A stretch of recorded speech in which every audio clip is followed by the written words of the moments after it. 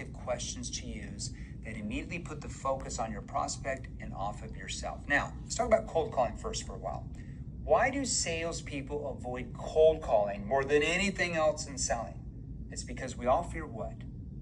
Getting rejected, right? And most likely in your sales career, you probably learned that contrary to what the sales gurus have told you and traditional sales programs preach, that you can't just overcome the fear and anxiety of cold calling by getting thick skin, being more positive, or pumping yourself up by motivational videos right before you cold call. As you know, it tends to wear off quickly when the prospect answers the phone and within 20 seconds says, not interested, and punches you in the nose, right? You don't like that feeling, so you don't want to do it. So as you know, you can't play mental Jedi mind tricks to overcome being rejected when you make sales calls, cold calls, because as you know, it tends to wear off quickly doing that day in and day out. Now, what is the purpose of you cold calling? It's either to, one, make an appointment that's going to lead to the sale, or to make that sale on that call. It depends on what you sell and your price points, and typically what industry you're in. However, you want to keep that to yourself, because the moment your prospect picks up on that neediness to make the sale is the moment they try to get rid of you. Okay, so be very careful in doing that. Now, let me ask you this. I want you to think from the prospect's point of view. Put yourself in their shoes. How many other cold calls from salespeople do you think your prospects get on a daily, weekly, and monthly basis? Salespeople call them every day, trying to pitch their products or services, and email them trying to pitch their products and services. Every salesperson that's ever called them claims that their products or services are the best, the market leader. How many salespeople that pitched you said their product was the 6th best in the market? No one, right? They all say they have the best. And because of that, your prospects have become overly sensitive when the phone rings and it's someone they don't know. Your prospects are automatically skeptical about that human being, that salesperson who's calling them. Your prospects have all gotten very good at reading the subtle and not so subtle signals that come from our words and our tone of voice. And this is how prospects can feel if the caller is just someone who's trying to sell them something. So your goal is not to sound like every other salesperson who calls them on a daily basis. Realize this, within the first 7 to 12 seconds of any type of sales call or any interaction, or especially a cold call, your prospects are subconsciously, we can't even help it as a human being, picking up on your verbal and nonverbal cues from your tonality and what you are saying and or asking that triggers their brain to react, that's a scary word, in one of two ways. So remember, if you come across overly enthusiastic, if you come across needy, you come across attached, you don't know the right question is, you don't understand the right tone, how to be calm, it triggers their brain to go into fight or flight mode where they try to get rid of you fast. And as you notice, they say, I'm too busy, can you call me back later? We don't need it, we already have somebody for that. We don't have the budget for that. I'm good, I'm too busy, call me back in a week, a month, a year later, right? And once you learn how to become more neutral, unbiased, like you're not quite sure you can even help yet, you don't know enough about their situation, you're more detached, you understand the right questions, you understand the tone, it triggers their brain to become curious enough where they want to engage and they want to open up to you because they feel like you might have something important to them. So we have to come across detached, all right, and focus on whether or not there's even a sale to be made there, especially on a cold call, whether or not they have problems that we can actually solve. Now, like I said, do I mean that you should get on a call and not make sales? Well, hell no, of course not. Your goal is to move that sale along, make a sale on every call, or to move it along to the sale, depending on what you sell, B2C or B2B. But the moment they feel they are just there and you are just trying to sell them is the moment they start to shut down, especially on a cold call, especially on a cold call. A lot of things are going through their mind quickly. Okay, what usually happens in a matter of seconds? Before you've said anything past your usual opener of, hello, my name is, I'm with ABC Company, and what we do is, or the reason why I called you is, it's pretty much over at that point, isn't it? How many cold calls that you do right now last longer than, hi, my name is, I'm with XYZ Company, and the reason why I called you was, how many last more than 10 seconds after that? Not many, do they? That's because your prospects hear that every day. So they get automatically suspicious when they hear you sound like every other salesperson calling them daily, okay? So you don't stand out in their mind, and then what happens? They reject you quickly and turn you down.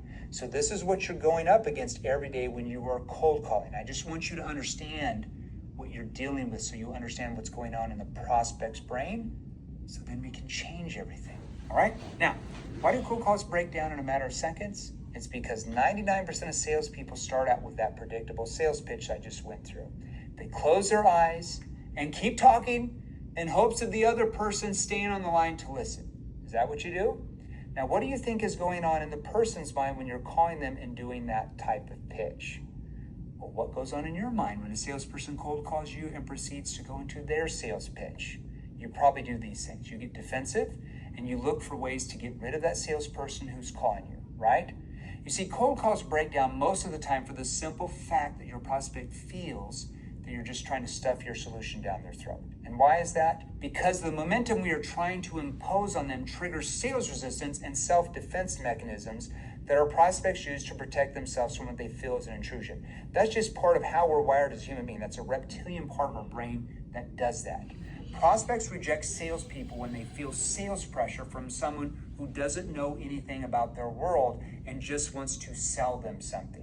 So when your prospects say no or hangs up on you, they are trying to protect themselves from what they view as an attack from an outsider.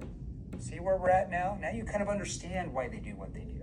Now, there is an alternative, though, that can actually get the gatekeeper, if they're answering, to help get you to that decision maker. And that involves letting go of that attachment and instead focusing on whether or not you can help them. It's a completely different way of thinking. Now, to succeed, you'll need to be exclusively focused on their needs and their issues.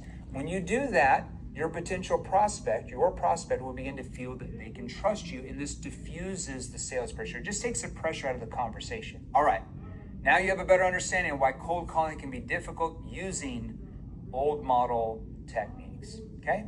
You've begun to shift to discover how the new model of selling will empower you to thrive in the information age we are in right now.